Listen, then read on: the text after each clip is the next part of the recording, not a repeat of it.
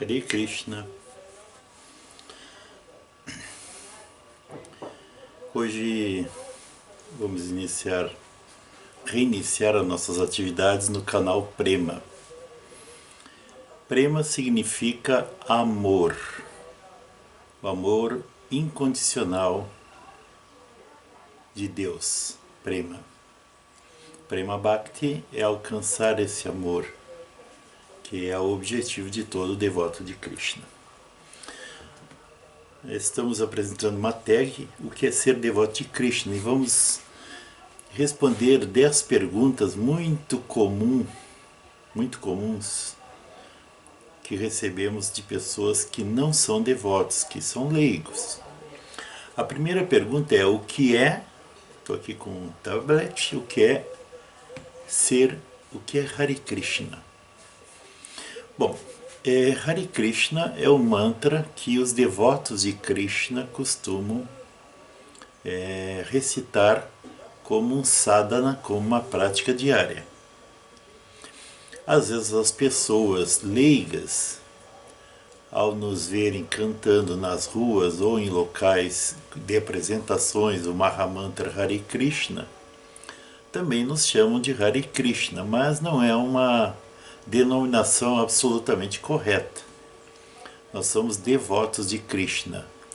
Num termo mais técnico, somos Vaishnavas, praticantes de Bhakti Yoga. Então, devotos de Krishna, ou Hare Krishna, vem ser a mesma coisa no sentido leigo da palavra. A segunda pergunta que fazem muito: por que alguém praticante, por que alguns praticantes se vestem com roupas brancas e outros com roupas alaranjadas? Não pode se vestir com roupas ocidentais? Bom, a tradição Vaishnava, a tradição védica também, as pessoas que usam trajes de cor laranja, açafroada, na verdade são brahmacharis, ou devotos que estão fazendo práticas em que não hajam relacionamento sexual, não são casados.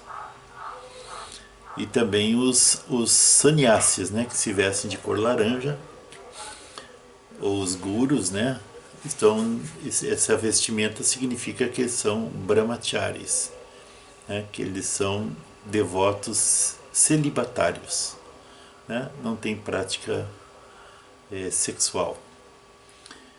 E as roupas brancas é para os casados, para os devotos casados, ou para os devotos que estão iniciando. Algumas missões não permitem que os devotos que não receberam iniciação usem roupas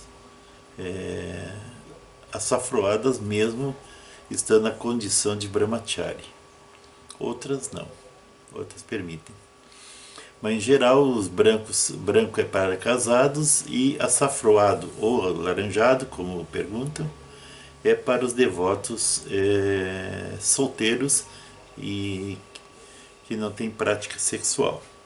A terceira pergunta aqui da nossa tag é: por que ficam fazendo... sim, havia também uma pergunta complementar na segunda, se pode ter roupas ocidentais. Claro, sim, roupas ocidentais pode ser usada, certamente. A roupa não faz nenhuma atividade espiritual. A roupa é apenas uma tradição para aqueles que estão praticando dentro de templos, principalmente.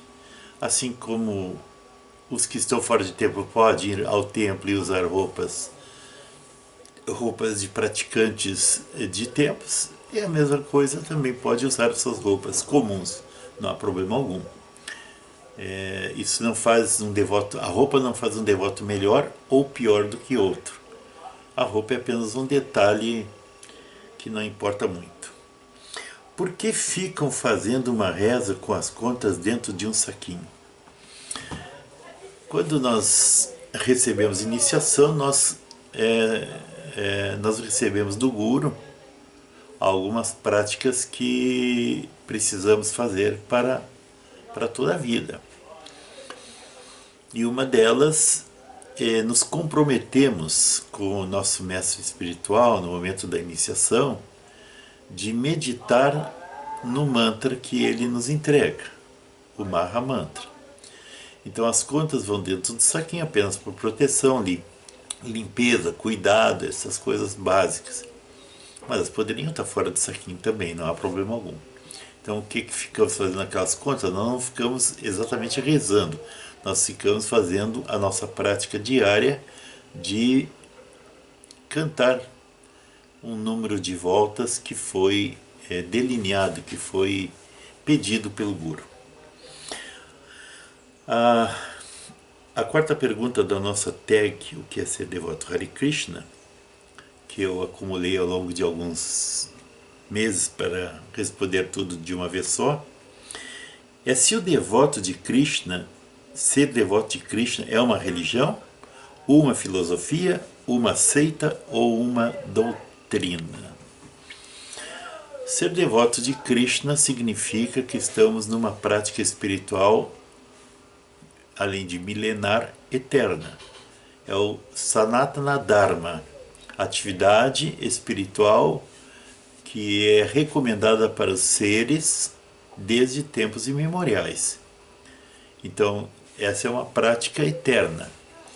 Ela inicia com o próprio Senhor, que entrega para o Senhor Brahma, e aí vem para Narada, e por uma corrente de sucessão discipular, ela vem de mestre a discípulo sendo retransmitida. É uma prática, é uma yoga, é uma relação com Deus através de uma ponte, de uma yoga, que é a yoga do amor. Bhakti Yoga significa yoga do amor e devoção a Deus. É claro que atrás dessa yoga tem uma filosofia muito bonita, muito milenar e perfeita, que de tempos em tempos ela recebe o reforço da própria descida de Deus, porque ela acaba se multiplicando em multifacetadas religiões, e aí o próprio Senhor descende, como ele confirma isso em várias escrituras, como o Bhagavad Gita. Ele próprio descende para restabelecer o Dharma, o Sanatana Dharma, a religião eterna, atividade espiritual recomendada para os seres humanos. A outra pergunta: é verdade que os devotos de Krishna não podem fazer sexo? O que mais é proibido? Não, os devotos de Krishna não podem usar o sexo como um entretenimento, apenas para ter prazeres e gratificações sensoriais. Esse não é o objetivo do sexo. O objetivo do sexo é você expandir uma família, ter filhos e criar esses filhos de acordo com as leis divinas. Então, assim como a mulher não é um meio de entretenimento, nem o homem também é. Então, claro que isso é muito difícil de conceber no Ocidente e nas mídias. Por isso que existe a questão do casamento. Uma pessoa que não consegue superar essa necessidade ou esse desejo de fazer sexo, então prefere-se que ele case, né, e tenha uma relação regulada com a sua esposa. Né? Essa é a lei pode fazer. Nada mais é proibido. Não existe proibição. Essa é uma regulação da religião eterna. Sempre foi assim. Vocês podem ver que há uma discussão com os católicos, porque os padres não podem fazer sexo. Não é que os padres não possam fazer sexo. Essa é uma realidade espiritual. Você não tem como ter evolução espiritual e ao mesmo tempo estar envolvido com prazeres dos sentidos como um homem tonto, mundano, ordinário. Não há possibilidade. A pureza se vai, né? A sexta pergunta aqui, que a gente recebe com muita frequência, que eu anotei: essa prática é considerada algum tipo de yoga? De certa forma eu já respondi, sim, é uma yoga. Chama-se Bhakti Yoga, a devoção, a união com o Supremo através do amor e da devoção. Chama-se Bhakti Yoga. A Bhakti é uma prática que normalmente é vista de alguma maneira em todas as religiões, inclusive nas religiões cristãs. Mas a prática pura da Bhakti Yoga, sem se contaminar com Karma Yoga, ou seja, com as atividades no modo da bondade, ou com Jnana Yoga, as atividades intelectuais, essa yoga pura, essa bhakti pura, chama-se Shuddha Bhakti Yoga, uma yoga não contaminada e nem misturada com outros tipos de yogas. Tem algum mestre que criou os Hare Krishna? Bom, os Hare Krishnas não foram criados. Como eu disse antes, os Hare Krishna, ou os devotos de Krishna, existem desde tempos imemoriais. Krishna no Bhagavad Gita, ele é chamado de Bhagavan. Bhagavan significa o Senhor Supremo na forma, como a nossa forma convencional, forma humana. Né? E o Sri Chaitanya Charitamrita, o Srimad Bhagavatam, todas as escrituras sagradas afirmam que Krishna é o Supremo Absoluto. É a forma de Deus suprema, é a aparência suprema de Deus. Então não houve. O que houve é que no Ocidente veio um mestre indiano pela primeira vez nos anos 60, Srila Prabhupada, a Bhaktivedanta Swami Prabhupada, e trouxe para cá, para o Ocidente, essa prática milenar e chamou de movimento Hare Krishna, um movimento que estava andando pelo mundo todo, mas já estava previsto desde dos anos de 1500, lá com Sri Chaitanya Mahaprabhu, que é o próprio Krishna que descende para espalhar essa consciência espiritual no mundo todo. Então não é uma criação. Devotos, a oitava pergunta aqui da nossa tag de hoje: devotos podem trabalhar em empresas privadas? Podem e devem. Os devotos casados têm que sustentar suas famílias, então tem que ter um emprego digno. Os acharyas, muitos dos nossos acharyas predecessores, como por exemplo Bhaktivinoda Thakur, que é ele é tão elevado, tão poderoso em ensinar e trazer práticas espirituais genuínas para nós na era moderna, através das suas canções e através dos seus livros, que ele é chamado o sétimo Goswami. Os Goswamis foram originalmente seis, que viveram em Vindravana, junto com Sri Chaitanya Mahaprabhu. São os discípulos seguidores e os que expuseram a filosofia de Mahaprabhu para o mundo todo. Sri Krishna Chaitanya Mahaprabhu. E ele, mais próximo da nossa era, já nos finais de 1800 e início de 1900, ele teve práticas muito intensas, mas ele trabalhava para o governo inglês. Era um juiz distrital, um juiz de direito, concursado.